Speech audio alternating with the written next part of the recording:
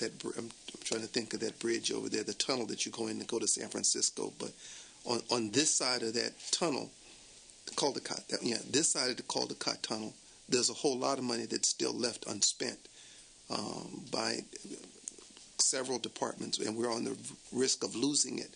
So if you're at 90%, what's the return date of the money that you have? When would you lose the 10% if you didn't get it spent?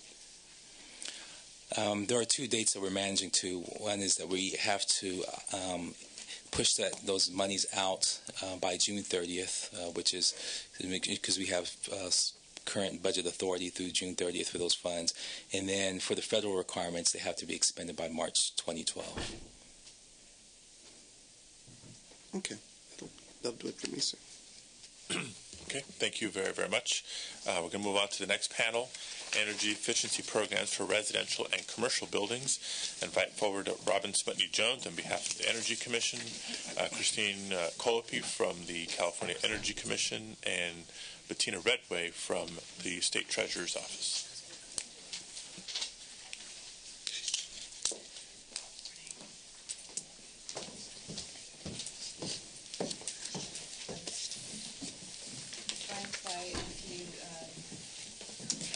In case I have questions, and maybe somebody from your next panel.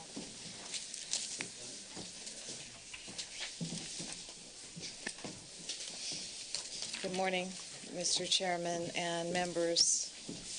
I'm Robin Smutney-Jones, Assistant Executive Director at the California Energy Commission. Mr. Panama Bartholomew regrets not being here today.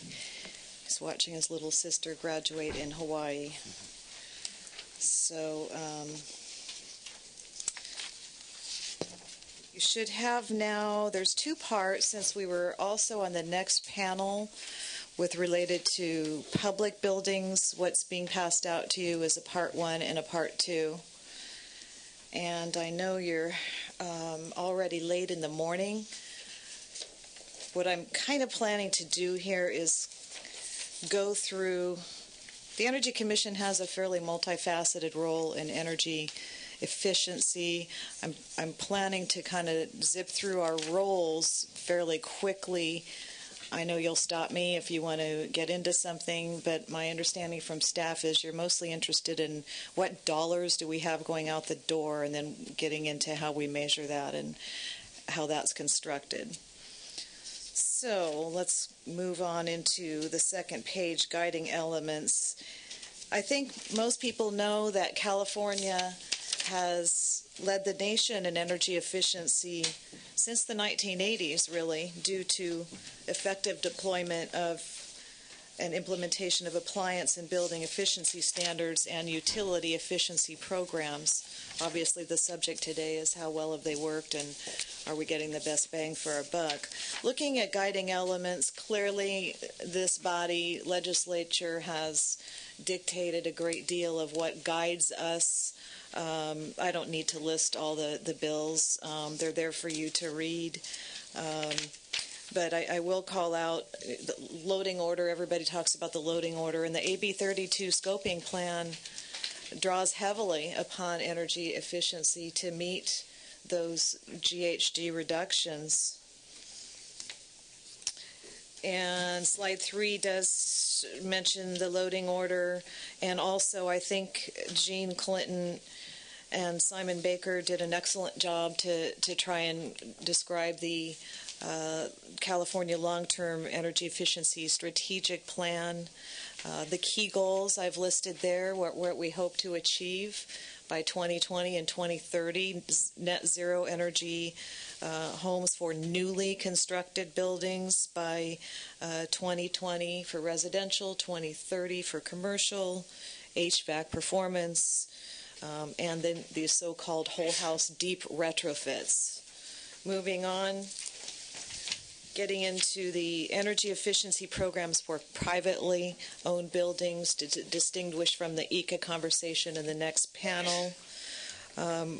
We focus on 3 aspects at the Energy Commission. One is appliance standards, getting into the minimum efficiency requirements for equipment that's sold in California.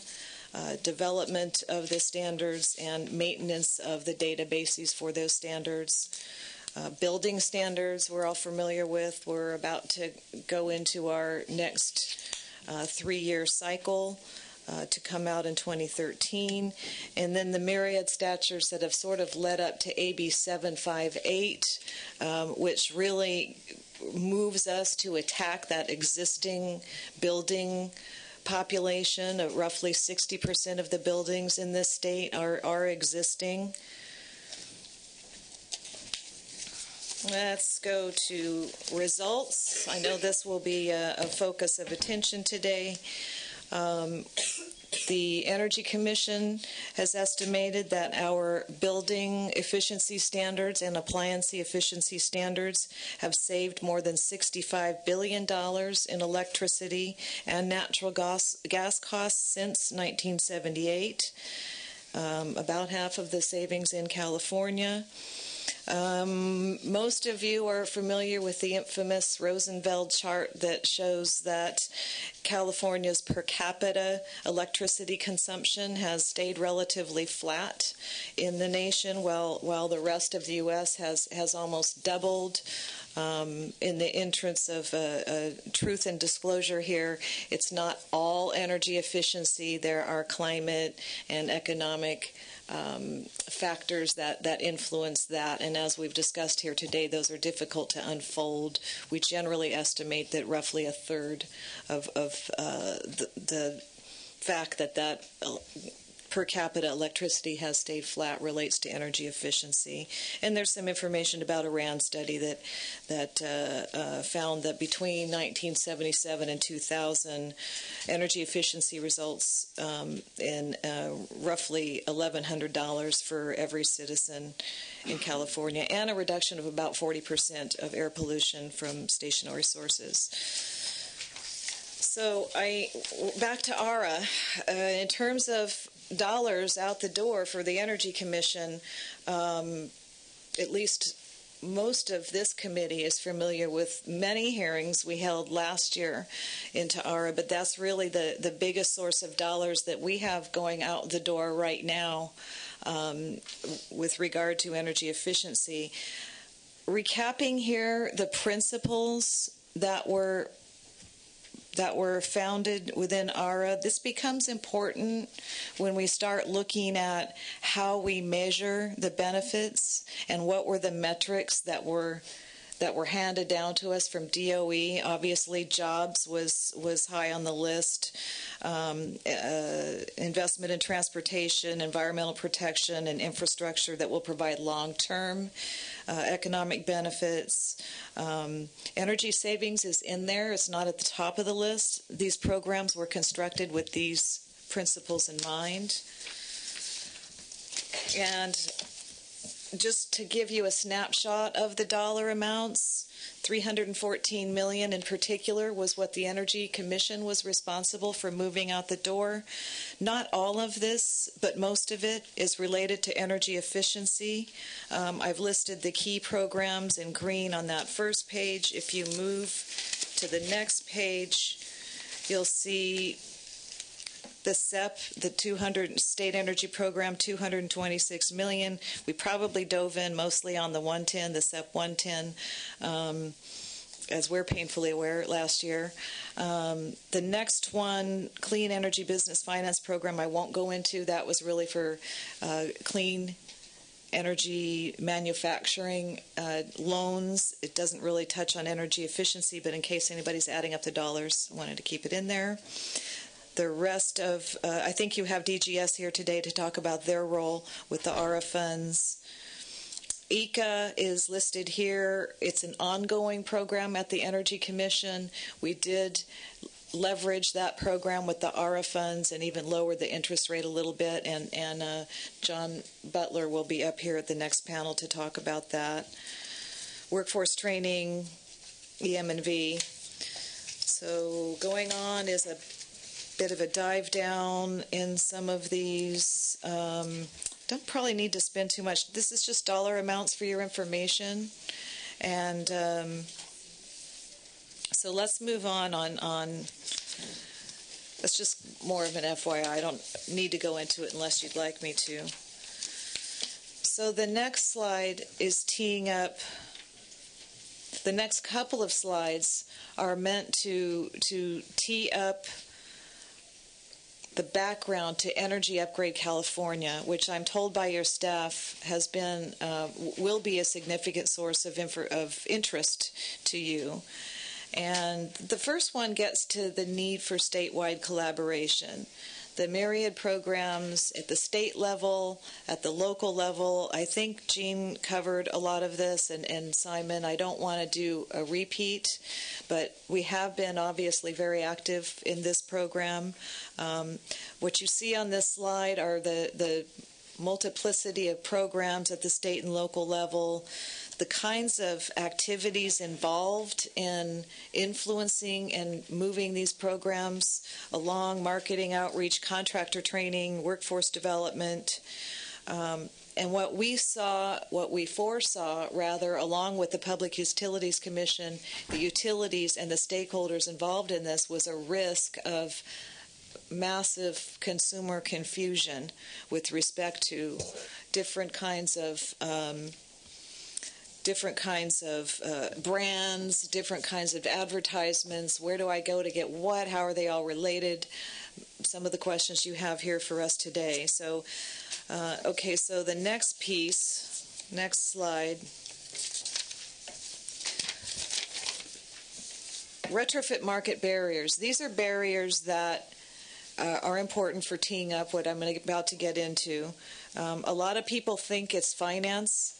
It's financing. Let's just get money out there, and the market's going to respond, and we'll get people back to work. And it's important. And Mr. Chairman, you've made a point of trying to call us out on what's your percentage of the dollars that actually go to getting out there to build things. In fact, in addition to financing, I don't want to discount that. Consumers need to be informed about these programs, and I think the PUC talked about their program to change behavior and get them thinking about it, put it in their vocabulary and their consciousness. Program coordination, lack of skilled workforce, we have talked about that. Common assessment tool to the extent that's possible.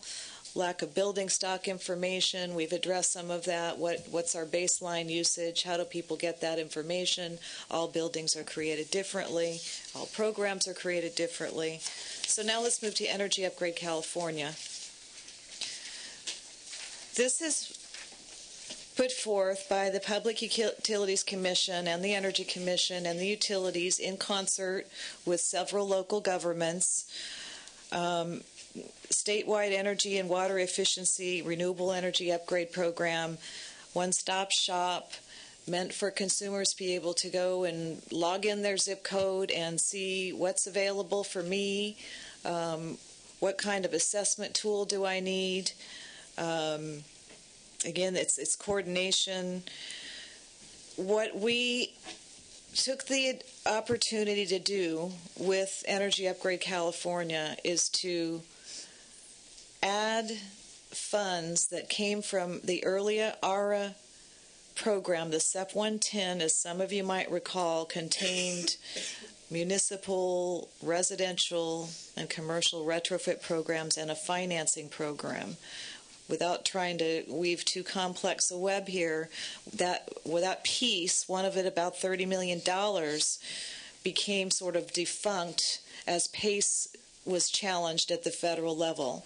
So you'll be very familiar with this, but we have some new members here. We took that roughly $30 million and put it into Energy Upgrade California with a contract with the local government commission. And I've got, going forward, I think the pie chart came before the next page. Can we please go to 14, and we can go back to the pie chart if you like. Oh, geez, I can't see that. I need a bigger. And I have Christine Colopy to my right here in case I don't quite get the right configuration for you. And tell me if this is of interest. I don't know how much you want me to go into detail. What it shows you is that Upgrade California is, yes, it's meant to pull all the ARA pieces together, but it's also meant to help bring in utility money. You see in the lower corner the local government funding of roughly I think Ms. Clinton referenced about $233 million from local governments. If you look at the top row of green, that's essentially the block grant money. It's you have an attachment in your package. That's the block grant money. Up to the right, the blue column, that's generally the SEP 110 State Energy Program. It shows you I can drill down on these if you like, but the upper right corner is the local government commission, and I can break down that expenditure for you. Okay. Utility money down there on the bottom left. So with that overview, let's just flip to the pie chart real quick, because I think you're interested in the breakdown. I know Ms. Kinney had questions for us on, well, how much is this actually going to finance rebates and loans? How much is it going to so-called non-source areas? You will see about 50 million is going to the actual financing, loans, rebates, and this sort of PACE revision. And CAFE does here to talk, that's their piece is involved in here. 6% administration, project implementation, that's more the expert sort of consulting services and actually drawing up the plans. That gives you the breakdown. You can touch on that if you have questions.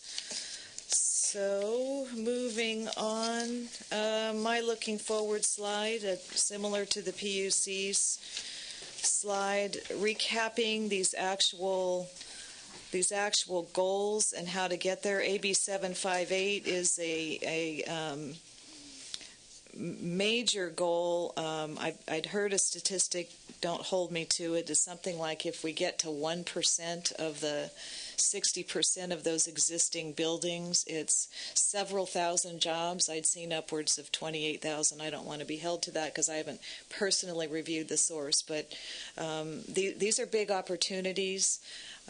What we did, Mr. Chairman and members, is really tried to capture the opportunity that we received due to the unfortunate economy aspects, take this money and really pilot, try these ideas, obviously in coordination with our partners, and reach those market barriers and create a pilot program that will help us get at what are the best methods for penetrating the AB 758 goals.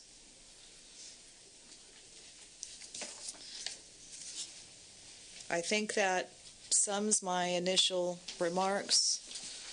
I'm sure you have questions. And let's hear from the Treasurer's Office, and then we'll begin with questions. Good morning. Bettina Redway with the State Treasurer's Office. I'm a Deputy Treasurer, and as such, I actually chair the board of CATFA for the Treasurer, which is the California Alternative Energy and Advanced Transportation Financing Authority.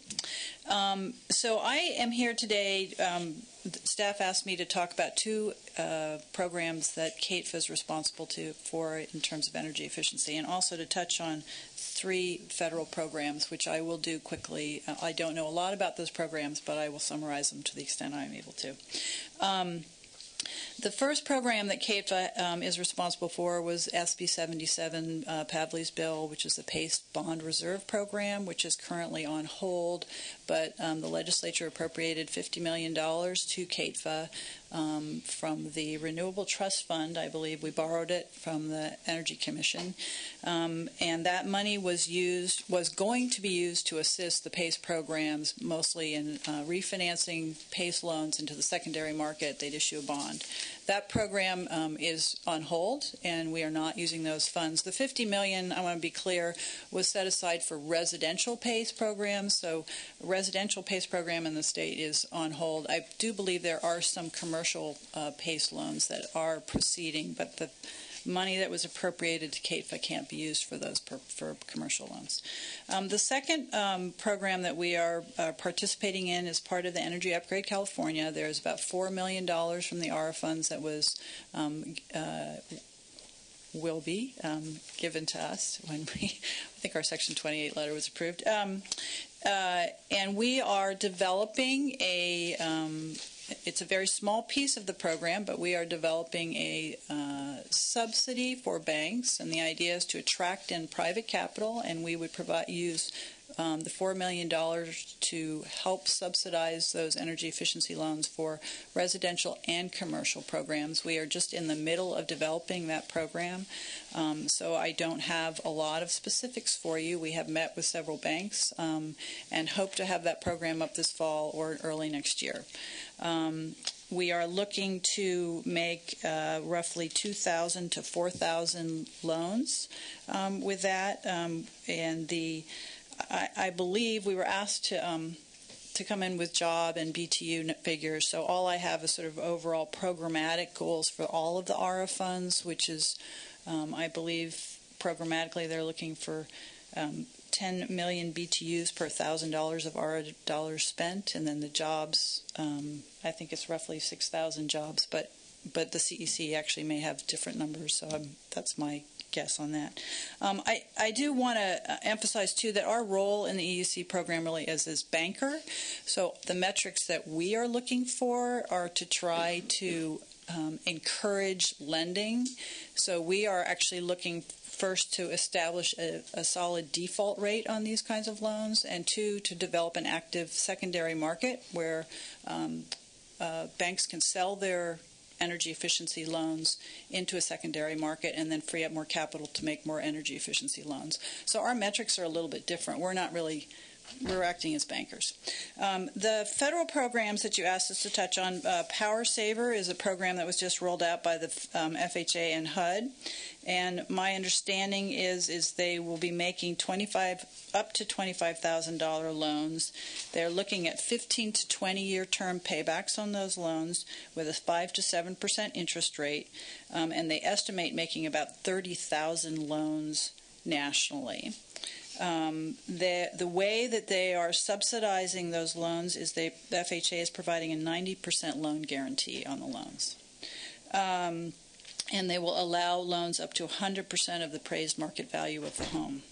They are not requiring an energy audit for the loan. So, and they have 18 lenders to date. There's another program, a Fannie Mae program, that has been in existence since 1996. My understanding is that program actually folds the loans into the mortgage. So I would assume, although I don't know this, that those loans are only made when you are buying a new home or when you are refinancing. I don't think it would be economic to use one of those loans. Otherwise, most single-family properties are eligible. They do require a HERS audit to show that the energy efficiency project will actually create a savings.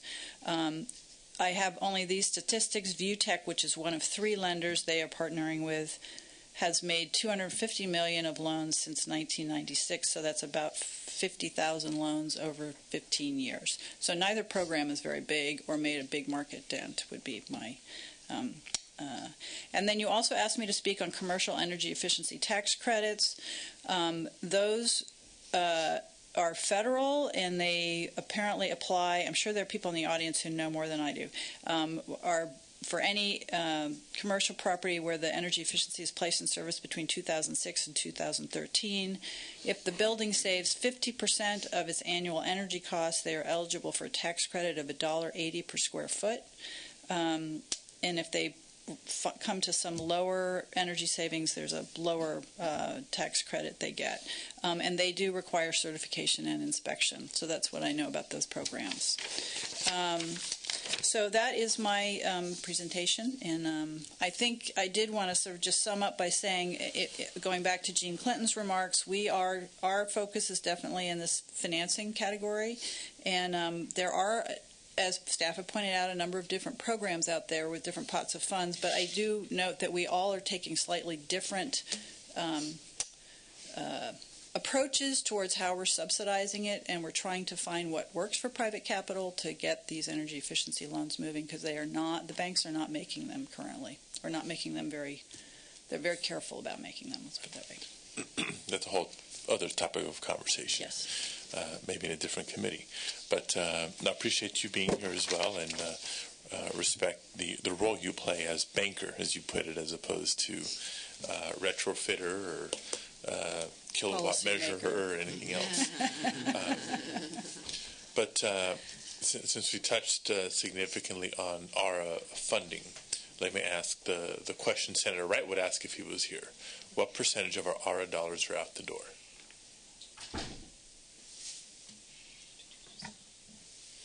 Hi, I'm Bill Pennington with the Energy Commission. I've been helping with the ARA program and the standards programs for many years. Right now, we are at about 30 to 40% expenditures across all of our programs. We have a due date for the SEP programs of March of next year, and for the block grant funding of like August of next year. So we've these programs have been slow to develop in a certain I understand, regard. and maybe we'll just have to have another hearing to just get a status report on ARA dollars, and in anticipation of that, not just a percentage out the door, along with either a default rate if it's a loan program, number of jobs created. There's ARA pots, and I've said it before, and I'll say it again, and I'm going to keep saying it. There's various sources of funding for energy efficiency programs. The ARA funds uniquely were clearly awarded to California to help put people back to work. So above and beyond the consideration that it is in other programs, that's a significant unit of measurement that we're looking at, in addition to energy efficiencies gained or consumption reduced, et cetera, et cetera, et cetera. From the Energy Commission standpoint, what's the metric being utilized to determine the benefit from the dollars invested? Do you have this total resource cost measurement that the PUC uses? If not, do you use something comparable, or what do you use, if anything? So generally, the metrics that we have for our different programs have been set by the legislature in statute for us. For the building standards and appliance standards programs, for example, there's statutory direction related to that. We're expected to use lowest life cycle cost as an estimation for cost effectiveness for those programs. And so we evaluate those. There's been a long-standing practice of evaluating cost effectiveness under our standards programs, conducted, in a public process, and get vetting on that. So that's. Are you suggesting that you're prohibited from using the same metric that the PUC uses? Yes, the metric that the total resource cost test is a metric that was developed in conjunction to resource planning for the utilities, and was developed by the PUC with collaboration with the Energy Commission early on. We use a different metric for standards as directed by statute, and so it's in many ways comparable in terms of trying to look at the life cycle cost benefits of saving energy, but it isn't precisely the same metric. Under ERA, we were directed specifically to use the metric that Nene mentioned with the $10 million per $1,000 of SEP funds spent. 10 million BTUs, thank you. Well, that's a thumbnail going into the adoption of ARA. Right. That's what was possible, of course. Like as with so many other things, it depends. It depends on how it actually gets implemented. It depends on actually how it gets put to use. Right. So, what mechanism do you have on the back end to verify whether those targets were reached or not? Okay, so we're conducting EM&V evaluations of the program. Just out of curiosity, how many different? I assume this is all done externally, the way it's always been done. We have a contract that is doing. There's no Energy Commission staff doing the EM&V. Correct. The contract or contracts, plural contracts you have. How big is the pool of independent contractors that do EM&V? I'm not sure I understand the question. Statewide or nationwide? For the Energy Commission, of all the people you contract with for EM&V, is it a handful? Is it a dozen? Is it 100? You're talking about the companies that do EM&V contractors, yes. In general, the contractors that do EM&V for all programs in the state are highly specialized in that, and there is a limited number of them, 5 or 6 major companies that do EM&V. So there's 5 or 6. And I just want to kind of tie this back to the previous panels that talked about market transformation. And while there is certainly a need for more people to be doing the energy audits on the front end or the retrofit in another phase of all this, I respect that this is a highly specialized area of work. Mm-hmm. But we're trying to get from it being highly specialized in niche markets to transform the markets and consumer behavior to be much more broad. So I'd hope in the process we're also looking at ways to grow the pool of the entities, if not the individuals involved with EM&V. Back to the items before us here. What considerations have been given to the fact that ARA dollars are finite and time sensitive? How do you take some of the work that was kickstarted by ARA funds and either choose to not continue them or continue them when that source of funding is no longer there? If I could rephrase your question, are you asking, do we have procedures in place to quickly redeploy ARA funding that's not used? Am I hearing you? No. Okay. What? Well, maybe it's not a good question at this point, since only 30, maybe 40% of the ARA monies are out the door. And out the door, just so we know what that means, that means it's not only encumbered by the contractor, but it's reached its in the subcontractor Somebody is working stage. as a result. So actually spent. Actually spent. Okay. Just wanted to make sure we're all. No, but look, the ARA funds coming to California generated an opportunity to do stuff. Okay. Is all that stuff going to come to an end as soon as our dollars run out? If not, how are we going to keep some or all of that activity going after the ARA funding runs out? Okay, I'm going to introduce it at the high level, and then maybe Christine can help me. The contractors that have this money have embedded into their contracts a provision that requires them to develop sustainability plans to bring back to us. How do you expect? What is your intention? How can we creatively look forward to make use of, whether it's utility funding, which is fairly traditional, other leverage fundings? Can we generate ideas to keep this going?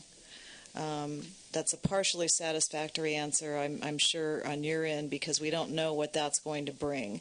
I think it's a good question. I think we need to think about it, but we also don't have any. We still believe this has been a good use of the funding to coordinate and get all that existing money out the door. Would you like to elaborate on that? That's sufficient for now. Okay. So we're communicating, we're coordinating, we're collaborating to get the money out the door. And we're still at 30, maybe 40%. So just trying to make a point here. Okay. Yeah, okay. And given all that 30 to 40, given all that coordination and collaboration that we're striving for, I asked the PUC this, I'll ask you this. How is it that within a couple months of each other, there's not just one, but two websites that get launched to make it, one-stop shopping, consumer-friendly for all the information you could possibly need or want for energy efficiency?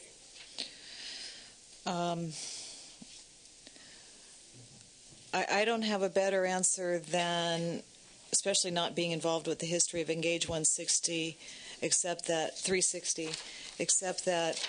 the purposes were different, and building upon their goal, which is to get the idea of energy efficiency into the consumer's psyche and get them excited about it and want to engage in it.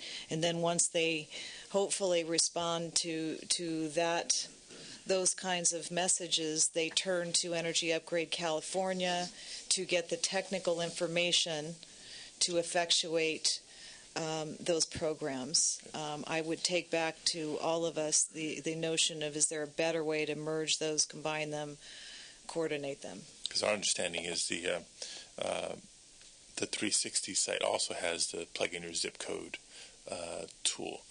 Let me ask a different question. This is, whether it's one website or two, I think common sense would drive us to just one website. Makes most sense. Unless you're a low-income customer, I still don't comprehend that. We had a whole panel here talking about the amount of resources and the priority level that there is for this segment of California. Yet the low-income program information does not appear on the Energy Upgrade website.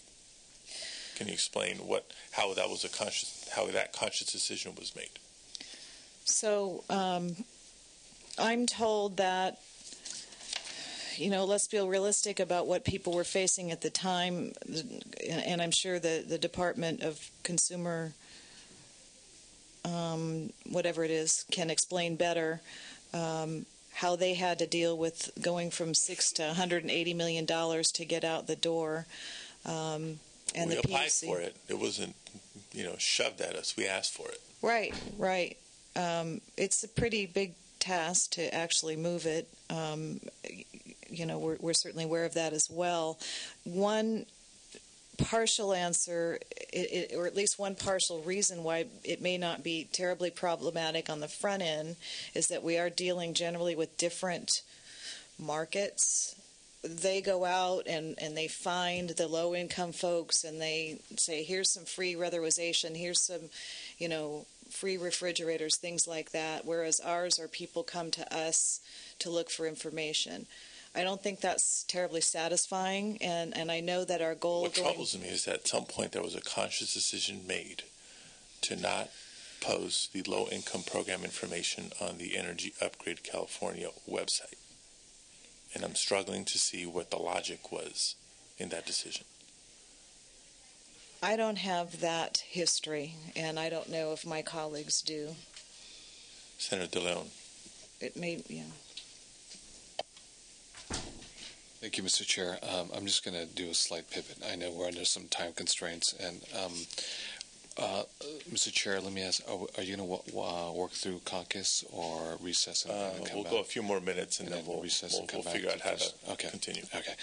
I'm just going to do a slight pivot on this issue and deal with the market barriers that are keeping us from capitalizing, if you will, on energy savings and reduce energy consumption. My question is for Nini specifically, and my question is: do you believe that we would benefit from a revolving loan program administered by CAFTA that would benefit commercial property owners to invest in the what we talked about all day today, these valuable retrofits? Yes, I guess I would definitely. I think the state could achieve a lot of energy savings by doing that. So the question would be for the the metrics you wanted. If it's energy savings per dollar spent, I think you could achieve a lot with a revolving loan program for commercial buildings. If the metric was accelerating capital investment in energy efficiency savings, Yes, I think precisely. you could also achieve a great deal by establishing a revolving loan program. I think a lot of commercial building owners have a capital investment schedule, and they're going to buy a new air conditioner. So the question is whether they're planning to do it in 5 years, and if you can accelerate that and get them to do it in 2 years, you would probably create a much you'd get the energy savings sooner and the GHG reduction sooner. You would also get the job impact sooner. So if that's your metric and that's what you want, yes, I think you could get a lot out of it. If you want to do technology innovation, maybe not so much, but Okay. I currently have legislation that we're trying to put some meat on the bones right now, and the thesis behind the legislation, one of the components obviously is aimed at incentivizing energy efficiency retrofits, and obviously the whole issue with regards to revolving loan and how do we do so in that manner with regards to commercial property owners. So with that being said, I do want to work directly with the treasurer and as well as with you, Nini, and make sure that my staff and you communicate and work together on how we can bring about this revolving door concept under CAFTA if in fact we're going to incentivize property owners to do the right thing with regards to energy efficiency retrofits. okay, I'd be happy to talk more. Thank you, Mr. Chairperson. Thank you. Unless there's anything you feel compelled to add at this point, I do want to move on to the next panel with clearly some information to follow up with, and a whole hour conversation on top of that. So let me invite forward Ted Park from the Department of General Services and ask Mr. Park to present first. Ms. Smutny-Jones, Mr. Butler from the Energy Commission to maybe supplement. What I want to do is try to zip through this panel in 5, maybe 10 minutes if possible, ask a couple of questions, and then I will have to apologize. We're still in the process of finding out if I can sort of recess the committee and regroup in an hour and a half or so, or if we may have to table the balance of the conversation to maybe the balance of the next legislative hearing that we have. But we will drill down and hear from everybody on this topic. Mr. Park. Thank you, Mr. Chairman and Senators. My name is Ted Park. I'm the Acting Deputy Director of DGS's Real Estate Services Division. DGS is authorized by Public Resources Code 25471 to administer the Energy Efficient State Property Revolving Fund for energy projects on state-owned properties and facilities to achieve a greater long-term energy efficiency, energy conservation, and energy cost and use avoidance. DGS enters into loan agreements with state agencies and departments that, in accordance with the ERA requirements, will preserve and create jobs, promote investments in economically distressed areas, and make investments that have long-term economic benefit. DGS was awarded $25 million out of the CEC's ERA State Energy Program grant award of $226 million. Funding was provided for loans for energy efficiency projects in the executive branch-owned buildings. Overall benefits to the state include upgraded facility infrastructure resulting in lower long-term energy and maintenance costs, reduced greenhouse gas emissions resulting from lower energy usage, improved indoor air quality and worker comfort, and economic stimulus. Program operation. Departments must pay back the loan in total. Utility incentives will directly buy down the capital cost of projects, which improves payback.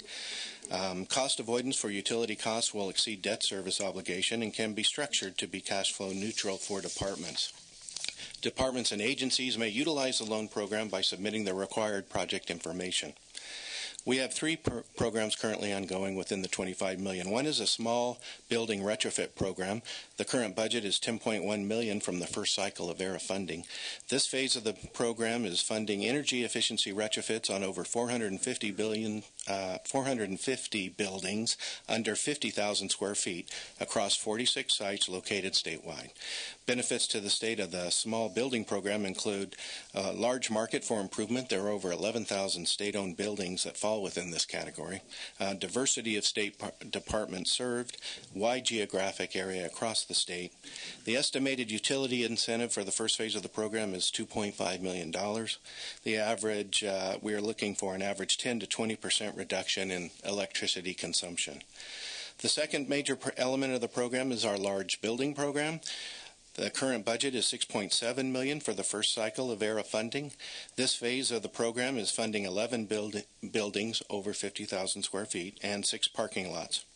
Projects were identified through DGS's retro-commissioning and ESCO contracts, investor-owned utilities and municipal utility energy efficiency programs and partnerships with CEC, the California Lighting Technology Center, and the Western Cooling Efficiency Center. Benefits of the large building program, again, are a diversity of state departments served, wide geographic area across the state. The estimated utility incentive is $1.7 million. And we are seeking an average 10 to 20% reduction in electricity consumption. We have 2 other programs that are managed by other state departments from our fund. CDCR is managing $5.6 million in energy efficiency projects at 5 institutions funded from this program, and the OCIO is managing $2.3 million in energy efficiency projects at its Gold Camp data center in Rancho Cordova. Finally, the current budget for DGS to manage the program is $268,000, which is roughly 1% of the fund amount. I have 3 other points to make, if I could, Senator, based upon some of your previous questions. We, too, follow a measurement and validation phase on all of these projects. The contractor is required to conduct one per contract. CEC conducts one as part of the program, and, of course, the utilities will be conducting M&V to verify that their incentive dollars are spent appropriately. In terms of the sustainability of the program, there are 2 elements. One is real-time commissioning. We are installing software on all these energy retrofit projects that will allow the building operators, to see the performance of the building in real time. So if there is some kind of degradation in building performance, they can address it. Secondarily, it is a loan program that is getting refreshed. We're started out with ERA dollars. As the ERA dollars have been all allocated and committed, as they are paid back, the fund is replenished, and then new loans will be made. Short version from the Energy Commission. Again, Robin Smutney Jones. Very quickly, we'll talk about the Energy Conservation Assistance Account, Local Jurisdiction Energy Assistance Account. Slide 2 is too many words. Is this a new presentation you have? Yeah, part 2. You should have it there. Just a couple of slides. We have a part 1 and a part 2. So it was in the staple pack. We went through the entire package that was given. She's got it there. Thank you. Trust me, I will not go through slide 2.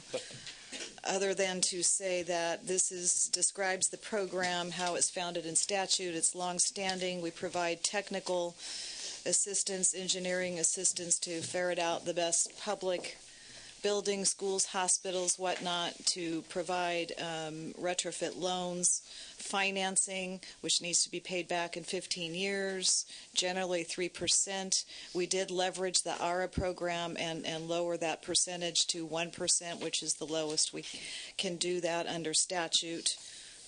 Let's just go to the next page there, and you will see some stats from the most recent years. How many loans we had provided, over $195 million, some energy savings associated with those loans. And John Butler here can go into greater history of the program overall if that's desired, but I wanted to give you a quick snapshot so you can see how it works. It does include 28 loans for $25 million funded out of ARA. I think safe to say this has been a very successful program that is generally always oversubscribed. If I'm not, or often oversubscribed, John, feel free to jump in here. John Butler, Energy Commission. The program is currently oversubscribed, which is a very good thing. We've certainly rode the momentum of the ARA dollars that have come into California, and there has been a lot of interest in especially pairing these projects with the Energy Efficiency and Conservation Block Grant Program that went to the small cities and counties throughout the state. So we were able to package those grant awards along with a supplemental loan so these cities and counties could do bigger projects if their grant award was not sufficient to cover. So no, that's certainly welcome news. I know at the outset there was questions and concern in some camps about why a loan program versus a grant program, or matching fund program or something along those lines. So just the level of participation, the subscription levels, etc., shows that it's working. But the bigger question remains, so what do we have to show for it from an energy consumption reduction standpoint to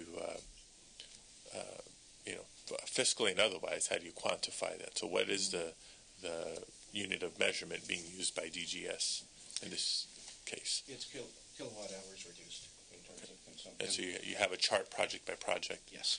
In some ways, to be honest, this is a little like deja vu all over again, because it all started with an executive order once upon a time on the energy efficiency front that some have wanted to expand to water efficiencies and other elements of sustainability. But the initial inventory of all the state buildings, the building-by-building potential that could be realized, and I just don't know how far we are on checking off that list. Are we 10% into the statewide potential, 50% into the statewide potential? What the time frame looks like for getting there? It's hard to estimate, Senator. As I mentioned, the current phase of the ARA dollars is funding over 450 buildings, but you see the portfolio of buildings that we have to do. It's over 11,000 buildings in that area. So we've got a long way to go. We will replenish the fund. And are you still maintaining that current on your website? Yes, we do. We provide a monthly status report, which I provided to the committee, of where we are in terms of the program, percent complete, dollars expended, energy saved. Okay.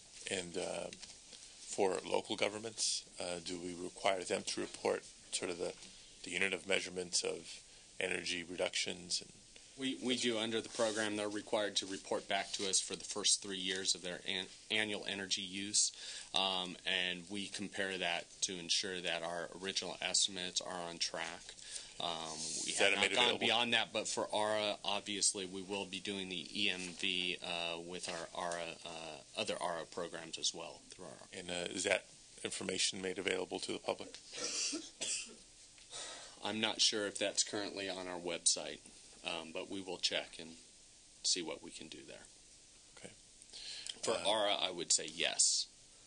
For the base ECA program, because it's been state funding around for a while, that may not be available to the public. Okay. Well, thank you very much. Housekeeping. It's been a long morning. Imagine if the whole committee was here, how long it would take. My apologies to the balance of the presenters. Here's what's going to happen. We're not going to be able to reconvene after caucus today, but I do need to continue the conversation. Clearly some issues that have been brought to light here today that warrant just attention anyway, let alone the urgency given legislation that's moving through both houses this year. The next hearing of this committee is scheduled for June 7th. That's after the House of Origin deadline, so at that point the Senate will begin to consider some assembly bills and vice versa. We will seek to take the last panel and any other public comment on energy efficiency on June 7th as well. Once we've dispensed with the bills, I can't anticipate that's going to be a long bill hearing, so I think that's going to be what works best. And with that, today's hearing is adjourned. Thank you all very much. Thank you.